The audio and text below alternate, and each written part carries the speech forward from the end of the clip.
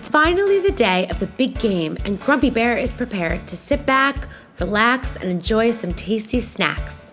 As he turns on his TV, the announcer begins. Welcome to the Honeyball Bowl. Let's hear it for the Everybear captors. Woohoo! Ah, time for a snack, Grumpy says to himself. But just as he's about to take a bite, a yellow paw comes out of nowhere and swipes it.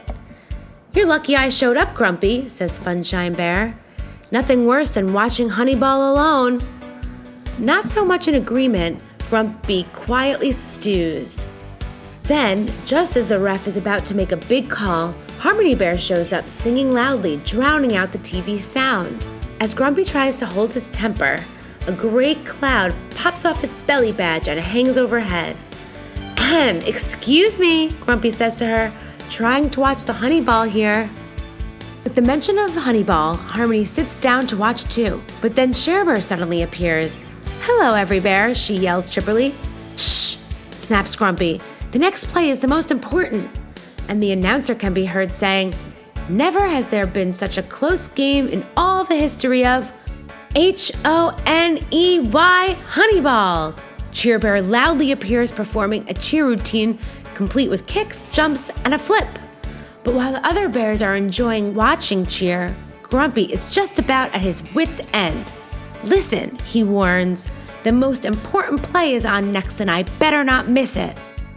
Then, out of nowhere, Wonderheart Bear runs in and plops herself onto Grumpy's lap. Completely blocking his view, she sings a very sweet song while Grumpy struggles to see the TV as the announcer goes wild.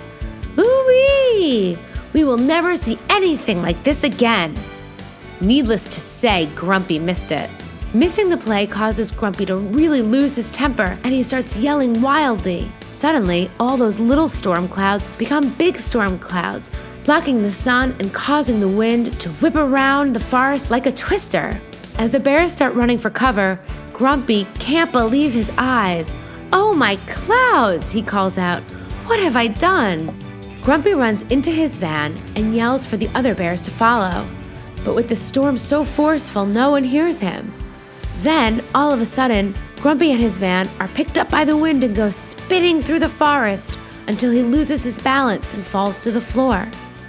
When the wind settles and Grumpy is able to stand up again, he looks out the van window and is shocked by what he sees. All of Everybear has turned dark and very gloomy. No brightly colored flowers, houses, birds, or trees.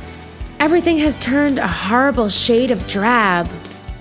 What's worse, when Grumpy finds the other bears, he sees that their once rainbow bright fur has become drab as well. But that's not all.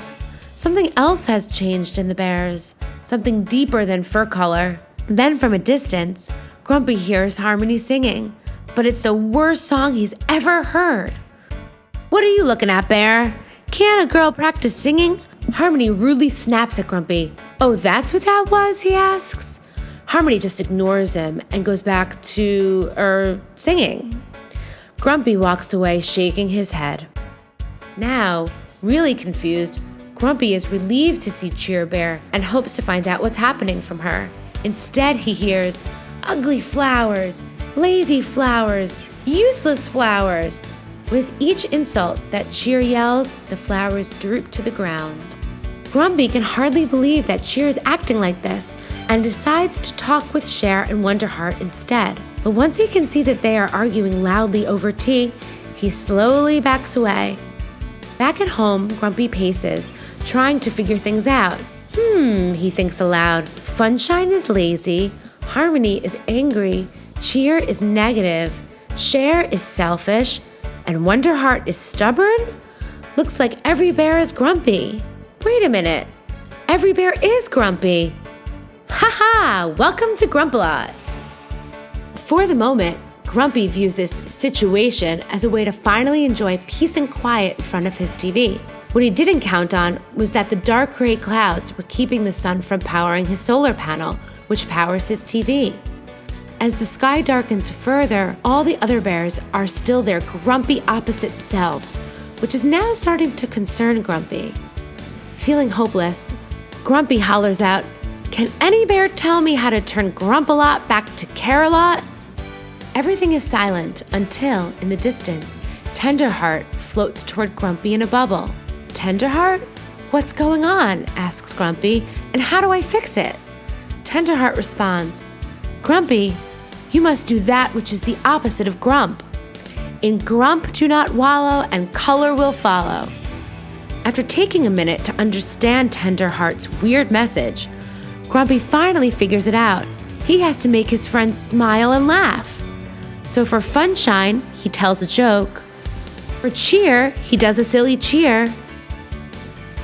For harmony, it's a quick manicure. And Wonderheart gets a happy song. As soon as Grumpy has each bear laughing and smiling, the sun begins to shine brighter, and one by one, the bears turn back into their normal selves, rainbow bright fur and all.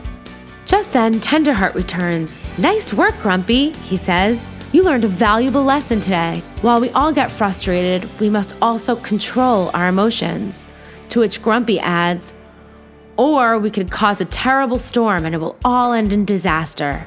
Yeah, I figured that out. And with that, Grumpy apologizes to all his friends, who of course forgive him.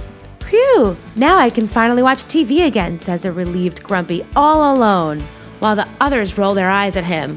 Grumpy laughs and tells them, what do you expect? My name is still Grumpy.